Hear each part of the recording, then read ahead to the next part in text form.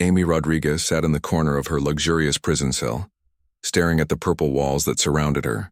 The room was beautiful by most standards. Soft cushions covered the floor and strange alien art decorated the walls. A small table held fresh food and clean water. But Amy knew what this place really was. It was a cage. 3 weeks had passed since the Zephyrians captured her during the attack on Kepler Colony. She remembered the screaming, the explosions, and the sight of massive alien ships blocking out the sun. The humans had tried to fight back, but their weapons barely scratched the enemy ships. Within hours, the colony was destroyed and most of its people were dead. Amy had been lucky, if you could call it that. As a communications officer for the Earth Defense Force, she had valuable skills. But the aliens who took her did not seem to care about her training. They treated her like a curiosity, something interesting to look at and nothing more. The door to her cell opened with a soft hiss. Warlord Kexthu stepped inside, his massive form filling the doorway. He stood almost 9 feet tall, with thick purple scales covering his body and 4 powerful arms. His yellow eyes looked down at Amy with what she had learned was amusement. "Good morning, little human," Kexthu said in his deep, rumbling voice. He spoke perfect English, which had surprised Amy at first. "Are you comfortable in your new home?" Amy looked up at him but said nothing. She had learned that staying quiet was often the best choice. The warlord seemed to enjoy her silence, taking it as a sign that she had accepted her fate. "Today is a special day," Kexthu continued, walking around the small room like a giant predator. "My officers are coming to see my collection of prizes from our recent victories. You will be the star of the show." Amy's stomach twisted, but she kept her face blank. Over the past weeks, she had become very good at hiding her feelings. She nodded slowly, as if she understood and accepted what was expected of her. Kexthu smiled, showing rows of sharp teeth. "Such a good pet. The other species we have conquered always scream and fight for months before they learn their place. But humans are different. You accepted the truth so quickly." The truth. Amy almost laughed at that. The warlord had no idea what the real truth was. He thought she was broken, defeated, ready to live the rest of her life as his trophy. He was wrong about that, just like he was wrong about so many other things. "Come," Kexthu said, turning toward the door. "It is time to prepare you for the gathering." Amy stood up slowly, keeping her movements calm and controlled. She followed the warlord out of her cell and down a long corridor. The ship was enormous, with ceilings that stretched high above her head. Strange lights cast purple shadows on the metal walls, and the air hummed with the sound of powerful engines. As they walked, Amy's eyes took in every detail. She memorized the layout of the corridors, counted the number of guards they passed, and noted the locations of computer terminals and communication panels. To anyone watching, she looked like a defeated prisoner shuffling along behind her captor. In reality, she was gathering intelligence. They entered a large room where several alien officers were waiting. Amy recognized some of them from previous encounters. There was Vexmar, the tactical officer with his scarred face and missing left arm. Surgoth, the intelligence chief, stood nearby with his pale blue skin and cold black eyes. Other officers filled the room, all of them tall and powerful looking. "Behold," Kexthu announced, gesturing toward Amy with one of his 4 hands. "My human pet. Is she not fascinating?" The officers gathered around Amy, studying her like she was an interesting specimen. Some made comments about her small size and soft skin. Others laughed about how quickly the humans had surrendered during the battle. "Look at those tiny arms," Vexmar said, poking Amy's shoulder with one thick finger. "How did such weak creatures ever learn to build spaceships?" "Their technology is impressive," Zurgoth admitted, "but they lack the strength to use it properly. They are better suited as servants than warriors." Amy stood perfectly still as they examined her, keeping her breathing steady and her expression neutral. Inside, she was taking note of everything they said.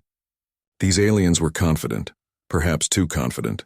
They saw humans as weak and primitive, incapable of being a real threat. That was their first mistake.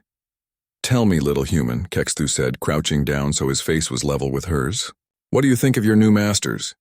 Amy looked into his yellow eyes and spoke in a quiet voice. "You are very powerful. I understand that resistance is useless." The officers laughed at her words.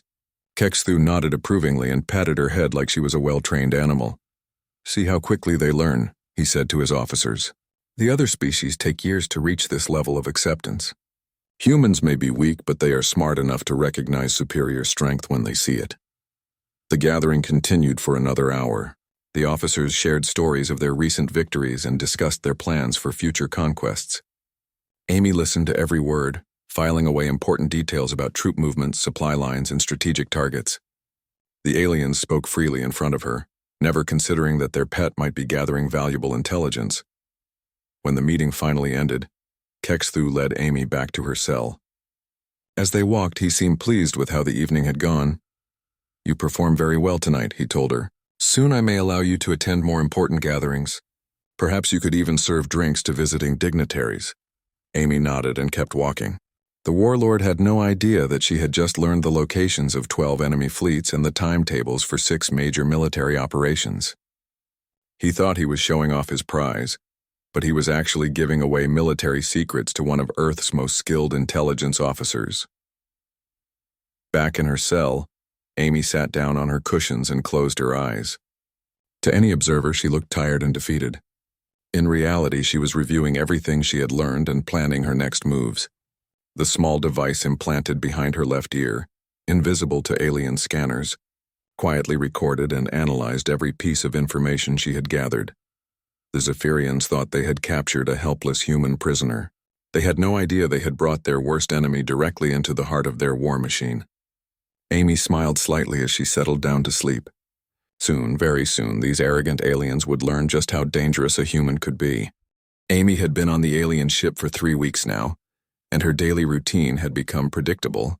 Every morning, guards would bring her food and fresh water.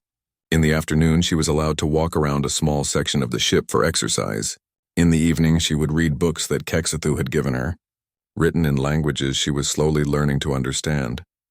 But while the aliens thought she was simply passing time, Amy was actually conducting the most important mission of her life. Her neural implant, a small device that Earth Defense Force communications officers carried, was much more powerful than her captors realized. They had scanned her for weapons and found nothing dangerous, but they did not understand human technology well enough to recognize the implant for what it really was. The device was designed for quantum-encrypted battlefield communications, capable of intercepting and analyzing enemy transmissions across multiple frequency ranges. For the past 3 weeks, it had been quietly mapping the entire Zephyrian communication network, and what Amy discovered amazed her. The aliens had built their network for speed and range, not security. They connected thousands of ships across dozens of star systems using quantum entanglement technology. That was actually quite impressive, but they had made a critical error. Because they had never faced an enemy with advanced technology, they had not bothered to build proper security measures into their system. Amy spent her exercise time in the ship's observation deck, a large room with transparent walls that offered a view of space. The aliens thought she enjoyed looking at the stars, and they were right about that. But she was also interested in the massive communication array that was built into the deck's ceiling. Every day, she walked slowly around the room, letting her implant scan and analyze the array's signals. The data she collected was incredible. The Zephyrian network connected over 3,000 ships in 17 different star systems. Every military operation, every supply movement, every strategic decision flowed through this network. And all of it was controlled from Kexthu's flagship, the ship she was currently trapped on. During her 3rd week of captivity, Amy made a discovery that changed everything. The Zephyrians used a centralized command protocol that allowed the flagship to override any other ship's systems in case of emergency. It was designed to prevent chaos during battle, but Amy realized it could be turned into a weapon. If she could create a virus and inject it into the network through the flagship's communication array, it would spread to every connected ship instantly. The centralized nature of their system, which the aliens saw as a strength, was actually their greatest weakness. Amy began working on the virus during her sleep time, using her implant's processing power to write and test code. She had to be extremely careful. The virus needed to be sophisticated enough to penetrate alien security systems, but simple enough to remain undetected until she was ready to activate it. The code she created was elegant in its simplicity. It would lie dormant in the network, copying itself to every connected system while appearing to be normal communication data. When activated, it would simultaneously attack navigation, weapons, communications, and life support systems across the entire fleet. The beauty of the design was that the more ships were connected to the network, the more devastating the virus would become. But creating the virus was only the first step.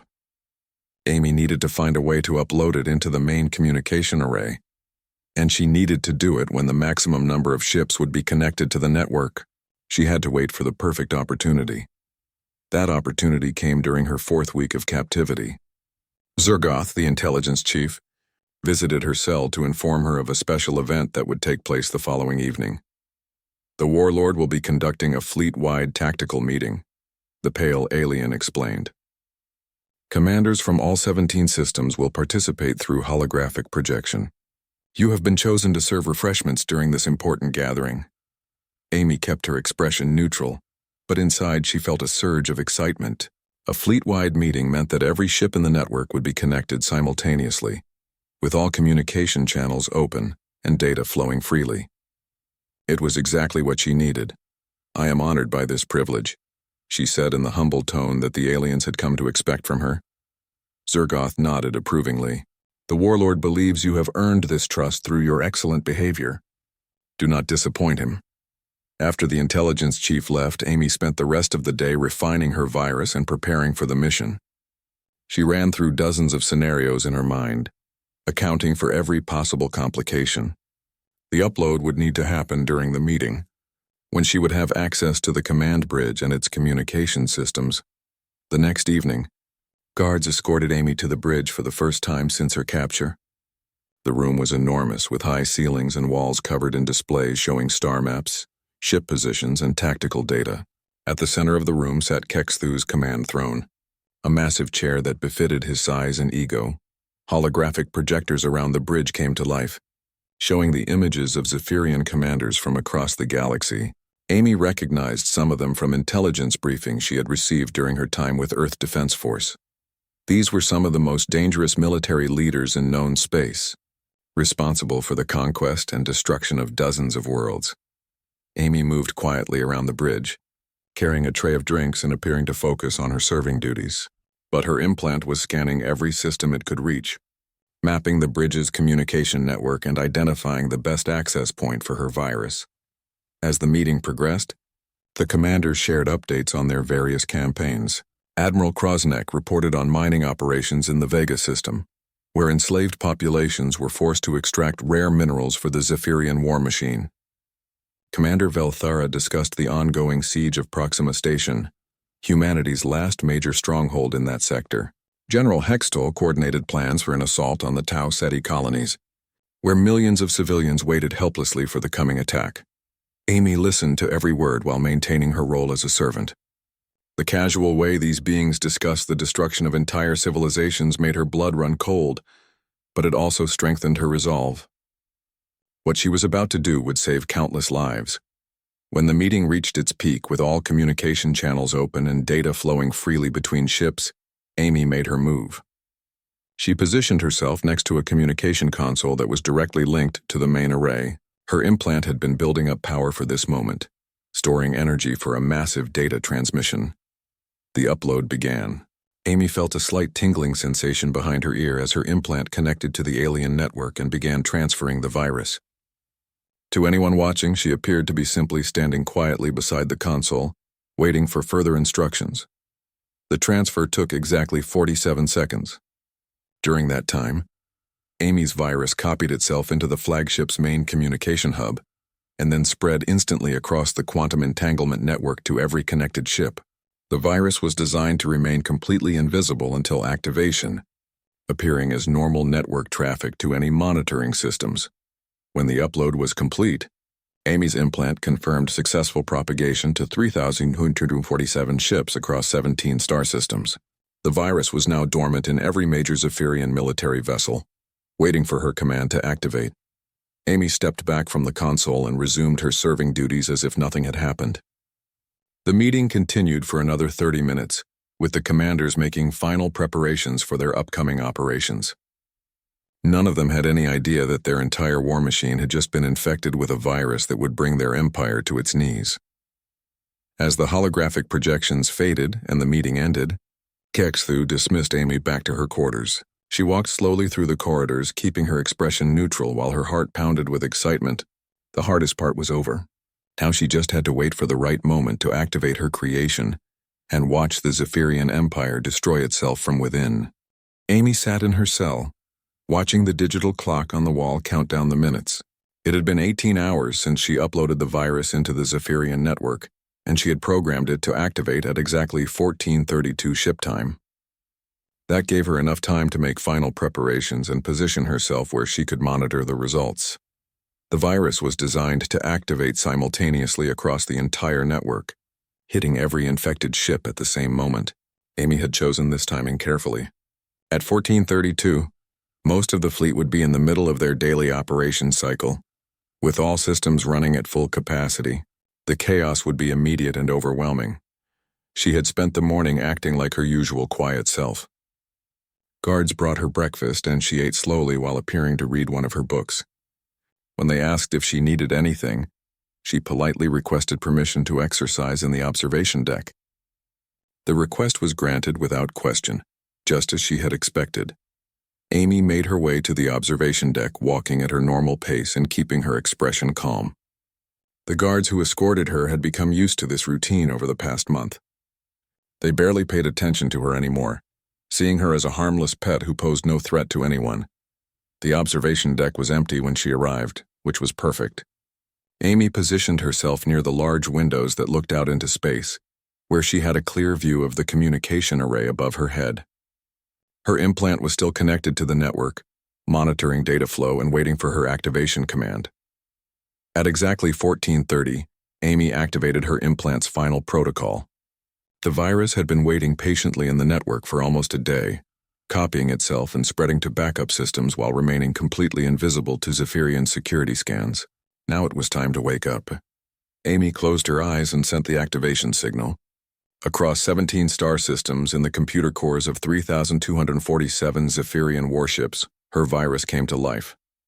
The first signs of trouble appeared on nearby ships within seconds. Through the observation deck windows, Amy could see other vessels in the fleet beginning to drift off course as their navigation systems failed. Warning lights started flashing on the ship's hulls, and she could see small explosions as overloaded systems began to fail. At 14:32 exactly, the virus reached full activation across the entire network. The results were immediate and devastating. On the bridge of Kexthu's flagship, alarms began screaming. Amy could hear them even from the observation deck, a constant wailing that echoed through the ship's corridors. She knew that similar alarms were sounding on every ship in the fleet as critical systems began to fail. Emergency lighting activated in the observation deck, bathing everything in a red glow. Amy's implant was receiving damage reports from across the network as the virus did its work. Navigation computers were reporting false coordinates, sending ships into asteroid fields and collision courses with each other. Weapons systems were identifying friendly vessels as enemy targets and opening fire automatically. The most devastating effect was on the communication systems themselves. As the virus spread, it was systematically destroying the quantum entanglement links that held the network together. Ships were losing contact with their commanders, and fleet coordination was breaking down completely. Amy watched through the windows as two nearby destroyers suddenly opened fire on each other, their weapons systems convinced that they were facing enemy vessels. Explosions lit up the darkness of space as the ships tore each other apart. Similar battles were erupting throughout the fleet as confused crews tried to understand what was happening. The virus had also infected the life support systems, causing them to fluctuate wildly. On some ships, the air temperature was rising to dangerous levels. On others, artificial gravity was failing, causing crew members to float helplessly around their vessels. Panic was spreading as quickly as the technical failures. Through her implant, Amy could monitor communication channels that were still functioning. The voices of Zephyrian officers filled the airwaves, screaming orders and demanding explanations that no one could provide. She heard Admiral Krosnek's voice from the Vega system, reporting that his mining operation had shut down completely when all the automated systems failed. "Commander?" Velthara was shouting about the collapse of the Proxima Station siege as her ships lost formation and began firing on each other. The most satisfying report came from General Hextool in the Tau Ceti system. His planned assault on the civilian colonies had turned into a disaster when his invasion fleet lost all coordination. Instead of attacking defenseless civilians, his ships were now scattered across the system, unable to communicate with each other or coordinate their movements. Amy felt a deep satisfaction as she listened to the growing chaos. Every failed system, every destroyed ship, every collapsed operation meant that innocent people would live to see another day. The Zephyrian war machine that had seemed so unstoppable was tearing itself apart from the inside. On Kexthu's flagship, the situation was becoming critical. Amy could feel the ship shuddering as its engines struggled with conflicting commands from damaged navigation computers. The lights flickered constantly as power systems fought against the virus's interference. Even the artificial gravity was beginning to fluctuate, making it difficult to stand upright. Emergency crews ran through the corridors outside the observation deck, shouting orders and trying to coordinate repairs. But every time they fixed one system, the virus would attack another. It was like trying to stop a flood with a cup, hopeless and futile. Amy's implant reported that the virus had successfully infected every backup system it could find. Even if the Zephyrians managed to shut down their main computers, the virus would survive in secondary systems and reinfect the network as soon as it came back online. She had designed it to be nearly impossible to remove, like a cancer that spread faster than it could be cut out. Through the chaos, Amy heard heavy footsteps approaching the observation deck. She quickly moved away from the windows and sat down on a nearby bench, picking up a book and pretending to read. When the doors opened, several guards rushed in, their faces showing the panic that was spreading throughout the ship. "Where is the human prisoner?" one of them shouted. "Here," Amy said quietly, looking up from her book with a confused expression. "Is something wrong?" "I heard alarms." The guards looked at her suspiciously, but she appeared exactly as they expected. A small, harmless human who was clearly frightened by the emergency situation. After a moment, they relaxed slightly. "Come with us," the lead guard ordered. "All prisoners are being moved to secure areas until this emergency is resolved." Amy nodded obediently and followed them out of the observation deck. As they walked through the corridors, she could see the full extent of the chaos her virus had created. Smoke was pouring from damaged computer terminals. Sparks flew from overloaded electrical systems, and crew members ran frantically in all directions. The guards led her to a different cell, smaller and more heavily secured than her previous quarters. They locked her inside and rushed away to deal with other emergencies. Amy sat down on the hard floor and smiled for the first time in weeks. Outside her new cell, she could hear the sounds of a dying war machine. Explosions echoed through the ship as more systems failed. Officers shouted contradictory orders as they tried to maintain control of a situation that was rapidly spiraling beyond their ability to manage. Amy closed her eyes and listened to the beautiful sound of chaos. In just 1 hour, she had crippled the most powerful military force in known space. The arrogant aliens who had treated her like a pet were about to learn that humans were far more dangerous than they had ever imagined. The virus was still spreading, still destroying, still turning the Zephyrians' own technology against them. And the best part was that this was only the beginning. Hidden within the chaos of system failures, the virus was broadcasting something else entirely. Detailed intelligence about every Zephyrian ship, base, and operation to resistance networks throughout the galaxy. Amy had not just broken their war machine. She had given their enemies everything they needed to strike back. The hunters were about to become the hunted, and they had no idea what was coming for them. The chaos continued to spread throughout the Zephyrian fleet as Amy's virus completed its devastating work. From her secure cell, she could hear the sound of running footsteps, shouting voices, and the constant wailing of emergency alarms. The ship shuddered constantly now as its damaged systems fought against each other, creating a mechanical earthquake that never stopped. Amy's neural implant was still connected to the dying network, giving her a front-row seat to watch the collapse of the Zephyrian Empire. Through fragments of communication that still functioned, she could hear reports from across 17 star systems as the virus completed its mission of destruction. In the Vega system, Admiral Krosnick's mining operation had come to a complete halt. The automated systems that controlled the massive extraction equipment had shut down completely, and attempts to restart them only triggered new cascading failures. Worse yet, The prison ships holding enslaved workers had lost their security systems, and revolts were breaking out as the prisoners realized their guards could no longer control them. The siege of Proxima Station had turned into a complete disaster for Commander Velthara. Her fleet of 200 ships had been reduced to chaos as vessels fired on each other. Navigation systems sent ships crashing into asteroids, and communication failures left her unable to coordinate any organized retreat. The human defenders of Proxima Station, who had been preparing for their final hopeless battle, now watched in amazement as their enemies destroyed themselves. But the most satisfying report came from the Tau Ceti system, where General Hextall's planned assault on civilian colonies had become a nightmare. His invasion fleet of 400 ships had been scattered across the system when their navigation computers failed simultaneously. Some ships had been sent careening into the system's asteroid belt, while others had their weapon systems malfunction and begin firing on their own allies. Amy smiled as she listened to Hextall's increasingly desperate attempts to contact his scattered forces. The general who had been planning to massacre millions of innocent civilians was now begging for help as his own ships hunted each other through space like rabid animals. The virus had exceeded even Amy's expectations.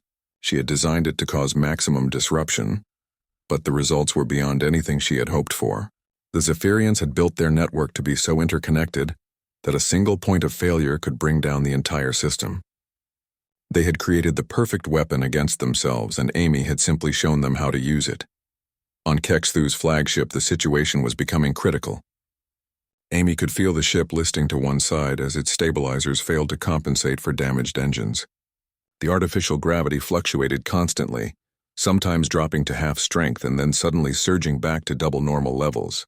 Emergency lighting cast everything in a hellish red glow, and the air recycling systems were producing strange smells that suggested serious mechanical problems. Through her cell's small window, Amy could see other ships in the immediate fleet. What had once been a perfectly organized formation was now a scattered collection of damaged vessels drifting aimlessly through space. Some ships showed signs of internal explosions, with atmosphere and debris streaming from their hulls. Others were spinning slowly. Their attitude control systems completely failed. The most dramatic sight was two heavy cruisers that had somehow gotten their weapon systems crossed. They were engaged in a deadly dance, circling each other and firing continuously while their crews apparently had no control over their actions. Explosions lit up both ships as they tore each other apart, neither able to stop the automated systems that were driving them to mutual destruction. Amy's implant detected a new development in the virus's programming. The second phase of her plan was beginning to activate. While the primary virus continued to destroy ship systems, a hidden subroutine was beginning to broadcast detailed intelligence about Zephyrian military assets to resistance networks throughout the galaxy. The data being transmitted included ship locations, troop strengths, supply routes, strategic plans, and most importantly, the real-time positions of every damaged vessel in the fleet. Resistance groups that had been hiding in the shadows for years were suddenly receiving enough intelligence to plan coordinated strikes against their oppressors. Amy had spent weeks analyzing the Zephyrian communication protocols, and she had discovered something interesting. The aliens had a standard emergency broadcast system that activated automatically during major disasters. The system was designed to call for help from any nearby friendly forces, but Amy had modified it to serve her own purposes. Instead of calling for Zephyrian reinforcements, the emergency broadcasts were now transmitting detailed intelligence packages to every resistance cell within range. Former slaves who had escaped Zephyrian control were receiving tactical data about their enemies' weaknesses. Free worlds that had managed to avoid conquest were learning about planned invasion routes and military deployments. Most importantly, the broadcasts were reaching other human survivors. Amy's implant detected responses from several human resistance groups, including what appeared to be a significant fleet operating from somewhere beyond the outer rim of explored space. The responses were encrypted, but Amy's military-grade implant was able to decode them. The largest response came from a group calling itself the Liberty Coalition, which claimed to represent survivors from dozens of conquered worlds. Their message was brief but powerful. Intelligence received. Preparing coordinated response. Hold position if possible. Amy felt a surge of hope as she realized what this meant. She was not alone in her fight against the Zephyrians. Somewhere out there, other survivors were organizing, planning, and preparing to strike back. Her virus had not just damaged the enemy fleet, it had given the resistance everything they needed to launch a counterattack. The ship shuddered violently, and Amy heard the sound of metal tearing somewhere deep in the hull. The damage was becoming structural now, as overloaded systems began to physically destroy the ship's infrastructure.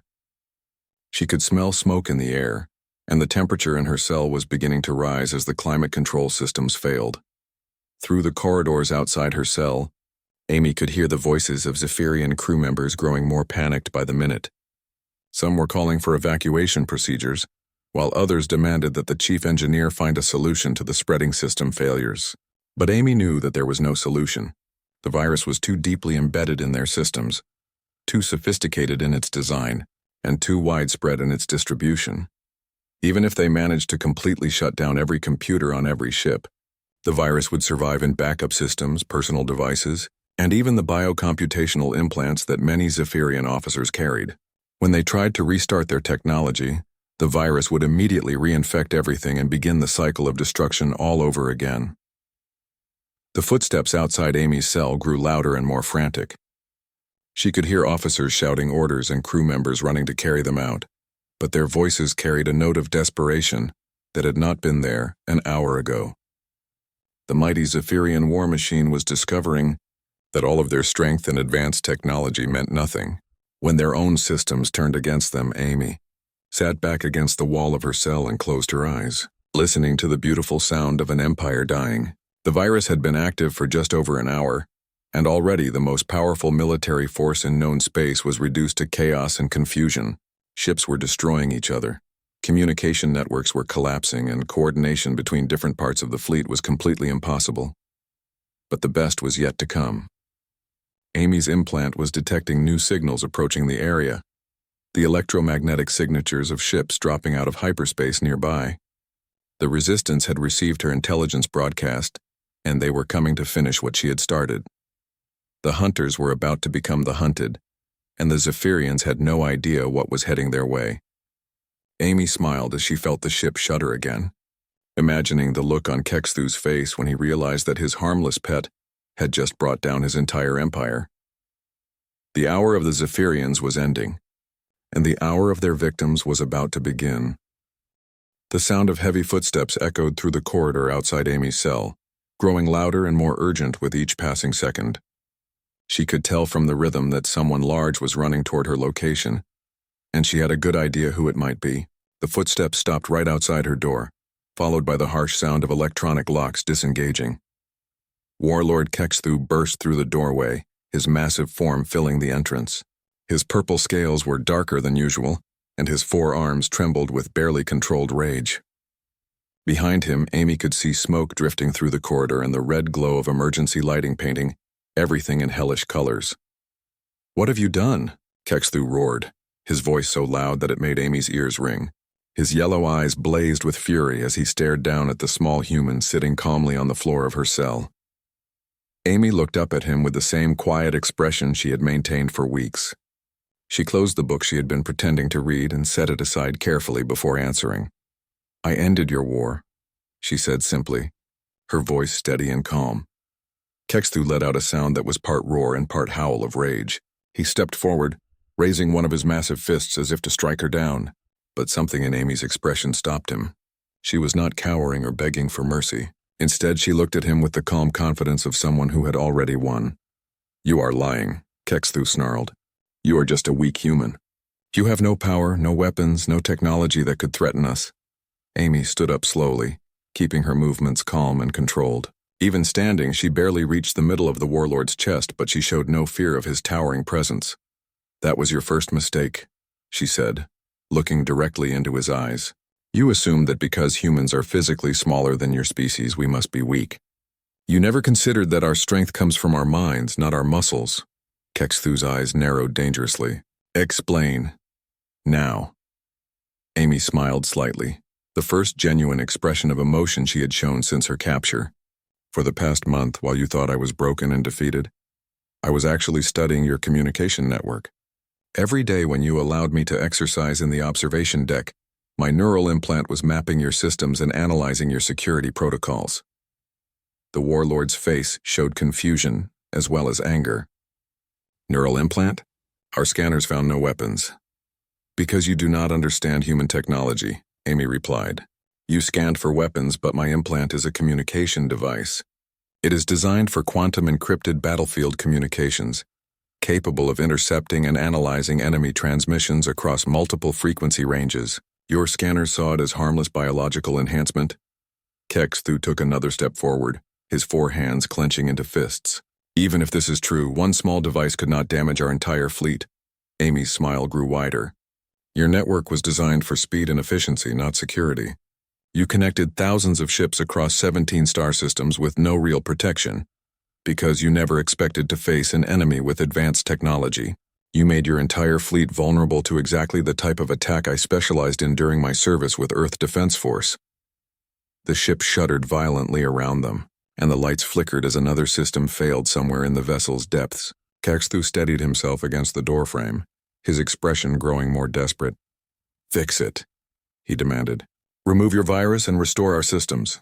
Amy shook her head slowly. I cannot do that, and I would not do it even if I could. The virus is self-sustaining and self-replicating. It will continue to spread and mutate, making it impossible for your technicians to develop countermeasures. Even if you completely shut down every computer in your fleet, the virus will survive in backup systems and reinfect everything when you try to restart. Kexthu let out another roar of rage and lunged forward, grabbing Amy by the shoulders with two of his massive hands. His claws dug into her uniform, but she did not flinch or cry out. You have destroyed everything, he snarled. Centuries of conquest, thousands of ships, millions of warriors, all of it ruined by one pathetic human. Amy looked up at him calmly.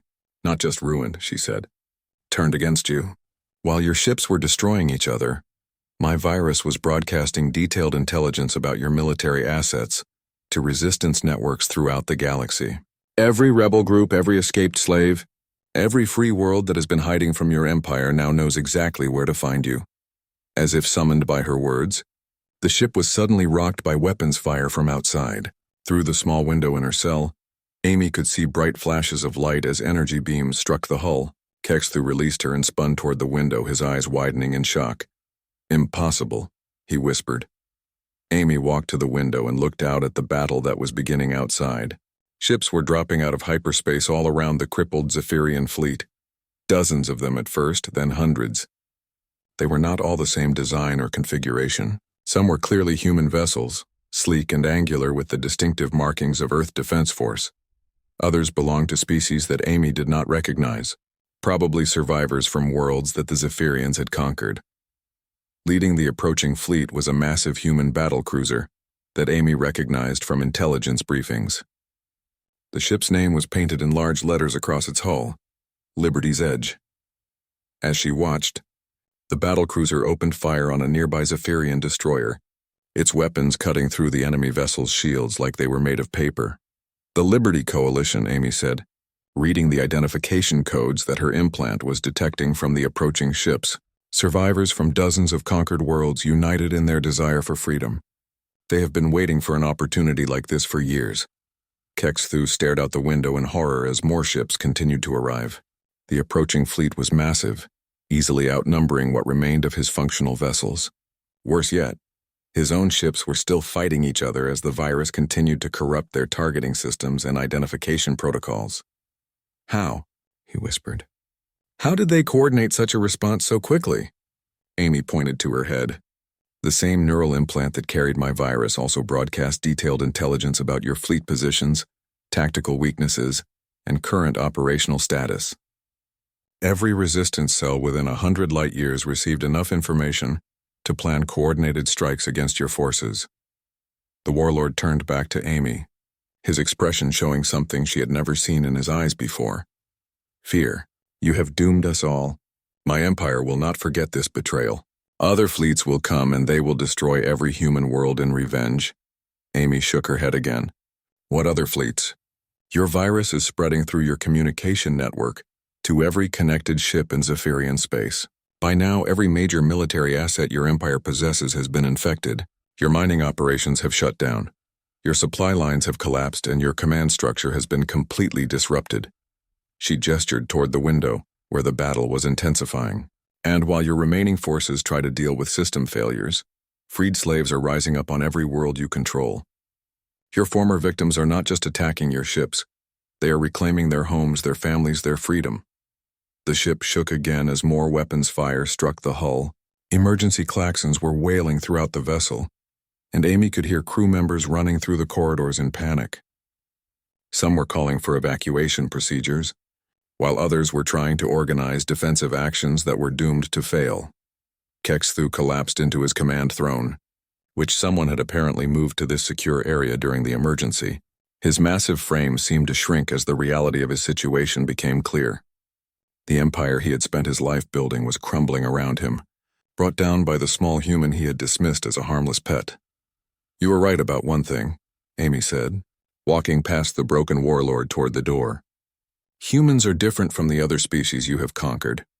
We do not break easily and we never stop fighting. You thought you had captured a defeated prisoner, but you actually brought your worst enemy directly into the heart of your war machine."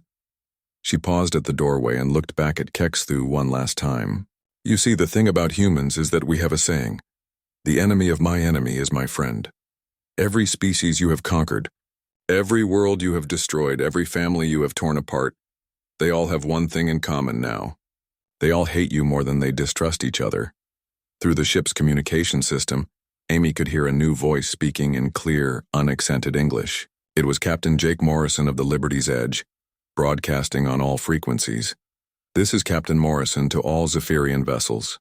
Your war machine has been crippled, your command structure has collapsed, and your empire is falling. Surrender now, and you will be treated according to the laws of war. Continue to resist, and you will be destroyed." Amy smiled as she heard the captain's words. She had never met Jake Morrison, but she knew his reputation. He was one of the few Earth Defense Force officers who had escaped the fall of the outer colonies, and he had spent the past 2 years building a coalition of resistance groups and freed slaves. "Goodbye, Warlord," Amy said as she walked out of the cell. The locks had failed along with everything else, and no one was left to